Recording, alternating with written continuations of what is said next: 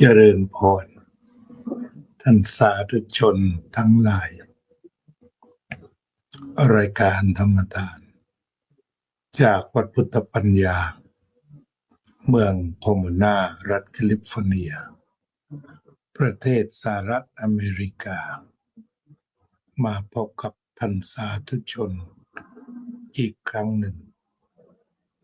ช่วงนี้ที่วัดพุทธปัญญาอากาศเปลี่ยนแปลงอย่างมาก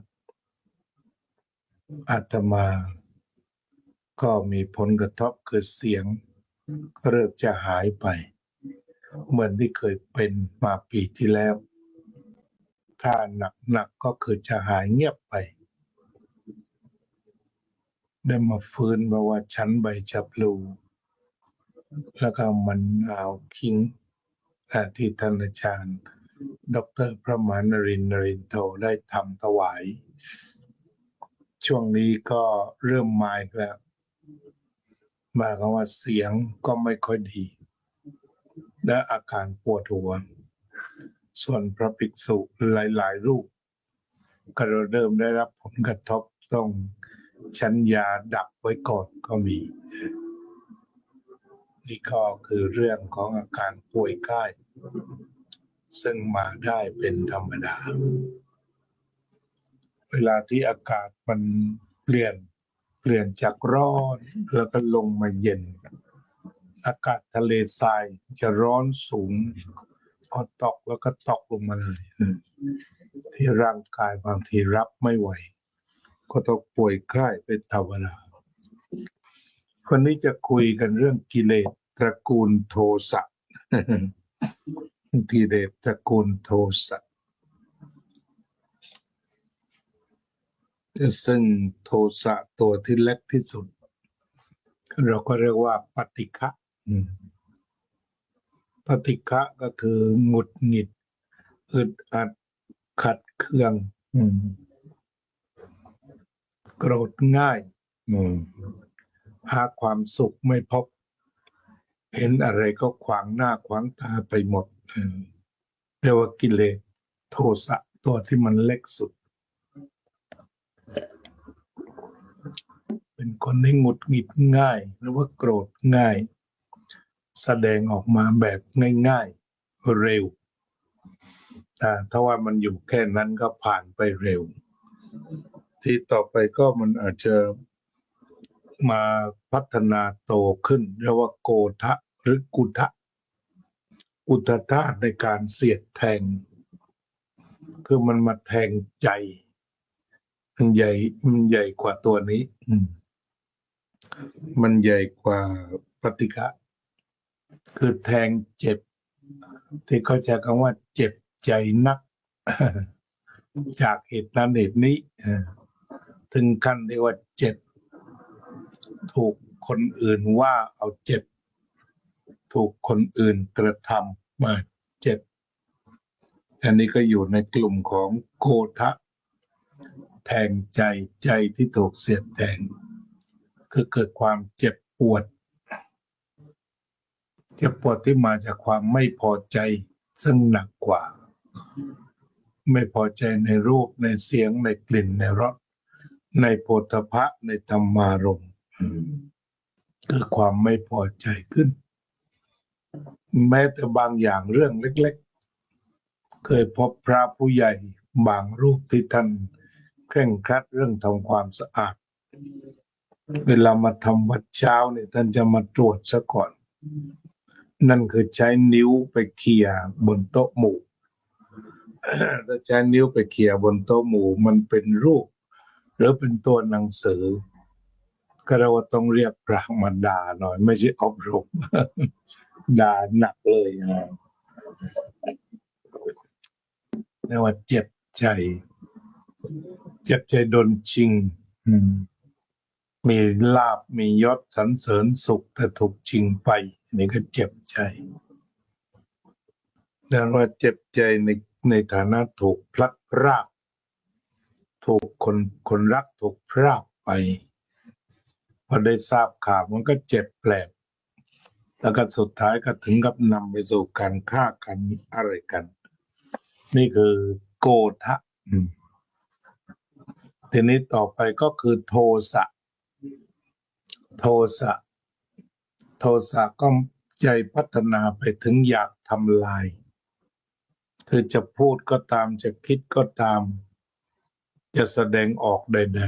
ๆก็เฝ้าที่จะทำลายเช่นเราพูดให้เสียหายหรือว่าฆ่าทุบตีตรงนี้ก็มาจากโทสะยิงเองไม่ได้จ้างมือปืนไปยิงทิ้งนั่นก็คืออาการของโทสะหรือว่าจ้างนักเลงตีหัวให้หน่อยหรือชกปากให้สักนิดเนี่ยพวกนี้มาจากโทสะคือมุ่งไปสู่การทำลายตายซะได้ก็ดีพ้นทางนี้ไปได้ซะได้ก็ดีนี่ก็เป็นโทสะต่อไปก็อีกตัวหนึ่งก็คืออุปนาหะผูกโกรธผูกเลยผูกความโกรธคือไม่หยุดจะโกรธตลอดไปคือจะโกรธตลอดไปไม่หยุดคือผูกคือไม่ให้หลุดอภัยไม่มีอุปานาผูกโกรธไว้พยาบาท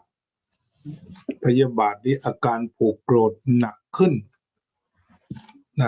เพิ่มความเกลียดความชังและตัวสูงสุดก็คือจองเวร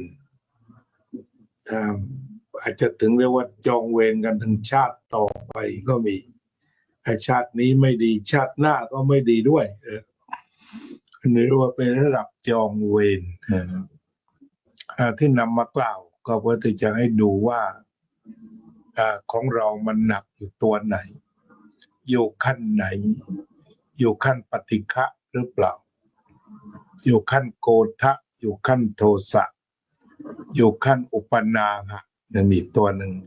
อุปนาหะผูกโกรธว่างั้นอุปนาหะผูกโกรธแล้วก็พยาบาทเรียกว่าเจอที่ไหนอยากทำลายแล้วเวรก็แค่ว่าไม่มีการดีกันไม่มีการอภัยกันเด็ดขาดเรียกว่าจองเวรอันนี้ก็น่ากลัวนะกิเลสตระกูลนี้อันที่โลกปั่นป่วนการฆ่ากันการทำร้ายกันทุกอย่างทุกแบบก็มาจากกิเลสตระกูลนี้ทั้งหมดมาจากกิเลสตระกูลนี้ที่เข้าไปอยู่ในใครแล้วก็ไม่เกี่ยวกับชาติใดศาสนาใดเกิดแล้วก็แสดงอาการต่างๆออกไปได้อย่างน่ากลัวพระสงฆ์ได้คนผู้มีเกียรติทั้งหลายถ้ามันเข้ามาสิงสถิตแล้วก็ยากในการถอดถอนแล้วเวลาเจอศัตรูกันแล้วก็เรียกว่าไม่มีการหยุดเรียกว่าจองเวรวันนี้ก็อาการไม่ค่อยจะดีนัก เหมือนกับคนอื่นเขาเมื่อเจอความหนาวเข้าตอนนี้ก็ยังหนาวอยู่59 องศาฟาเรนไฮต์หนาวเยอะทีเดียวคือว่าพออยู่ได้มันจะ70เวลาที่เขาเปิดแอร์จะเป็นอย่างนั้นแต่ตอนนี้ลงถึง59 องศาฟาเรนไฮต์ก็ลงต่ำมากทีเดียวแต่ว่าทั้งง่วงด้วย มากันครบเลยมีปวดหัวด้วยมีง่วงด้วยเสียงแหบด้วยมาเป็นชุดเลยนะถวายเป็นชุดเลยสังฆทานชุดใหญ่ไปเลยวันนี้ก็พูดหลักให้ทุกท่านได้เข้าใจกันแค่นี้ก่อนแล้วกันนะเข้าใจว่ากิเลสน้อยสุดก็คือปฏิฆะโตขึ้นมาก็เรียกว่ามันแปลกใจแล้วก็จากนั้นก็เป็นโทสะคือพร้อมจะทำลายทิ้งเมื่อโทสะผ่านไปแล้วก็ยังไม่หมดอุปนาหะผูกโกรธพยาบาทอาฆาตจองเวร มาเป็นชุดใหญ่ ถ้าชุดใหญ่ต้องเป็นอย่างนั้น เรานั่งสมาธิกันเนาะมารู้จักกิเลสกัน4-5 ตัววันนี้ เรานั่งสมาธิกัน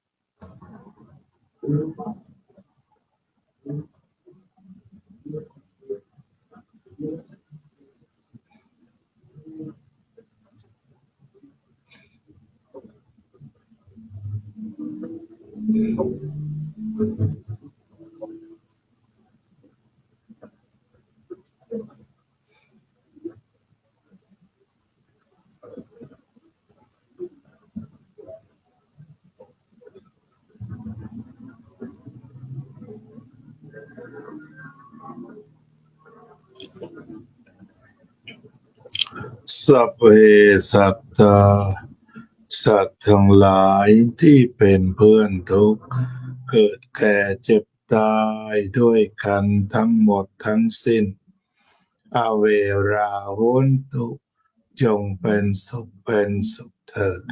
อย่าได้มีเวรแก่กันและกันเลยอัพพยาปัชชาโหนตุจงเป็นสุขเถิดอย่าได้พยาบาทเบียดเบียนซึ่งกันและกันเลยอนิฆาโหนตุจงเป็นสุขเถิดอย่าได้มีความทุกข์กายทุกข์ใจเลยสุขีอัตตานังบริหารันตุจงมีความสุขกายสุขใจรักษาตนให้พ้นจากทุกข์ภัยทั้งสิ้นเถิดอาภิวาทนาสีลิสะนิจจังวุธาปัจจายโนจัตตารโอธรรมาวัฏันติอายุวันโนสุขังพลัง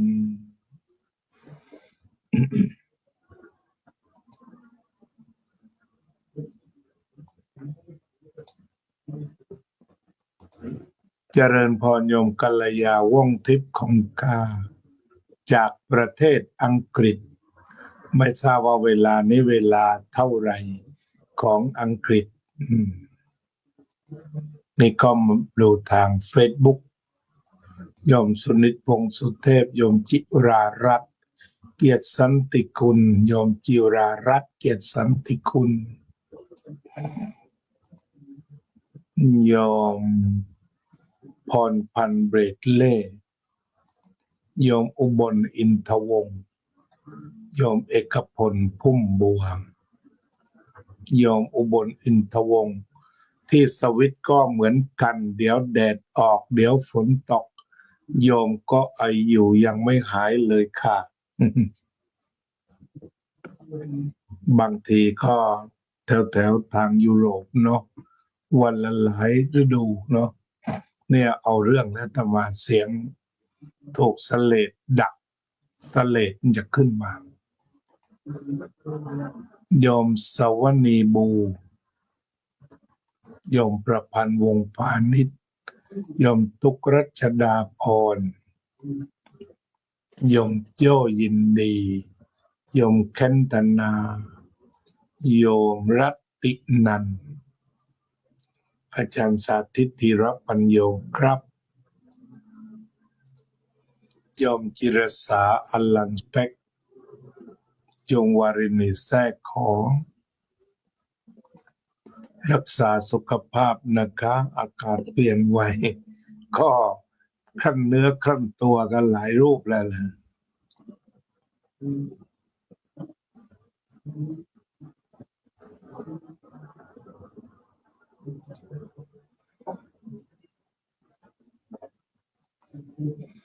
ตอนนี้ที่อังกฤษบ่าย2:18ดีจังเลย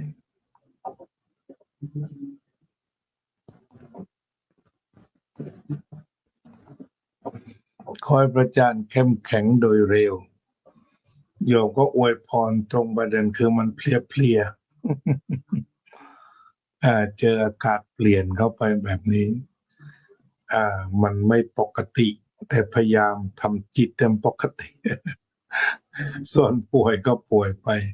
ตามเหตุตามปัจจัยวันนี้ก็คงจะจากลาท่านสาธุชนไปเพียงแค่นี้ขอทุกคนมีแต่ความสุขความเจริญในธรรมโดยทั่วกันเทิน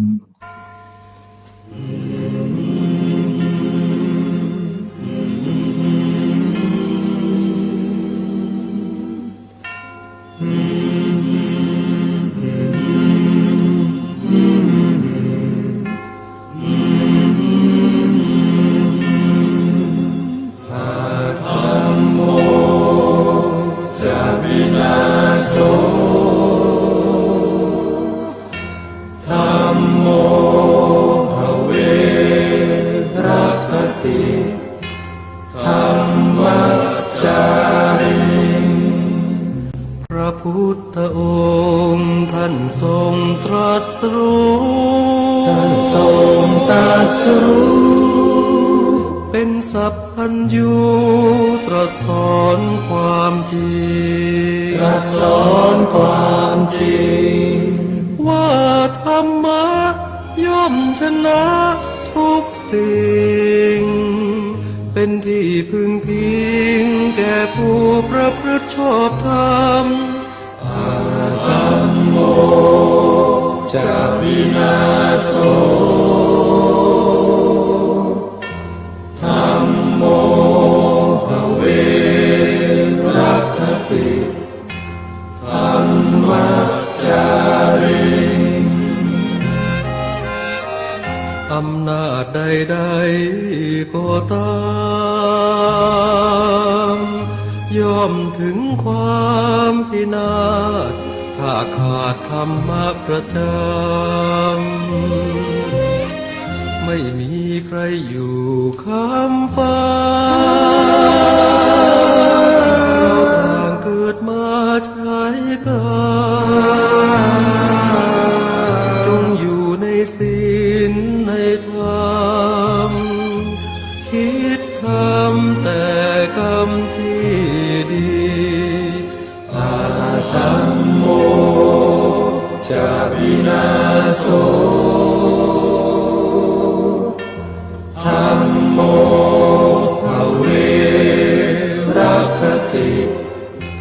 ธัมมัจจาริธรรมส่องสว่างสู่ทางสุขสีคำจุนโลกนี้นิรันดร์ธัมโมจะวินา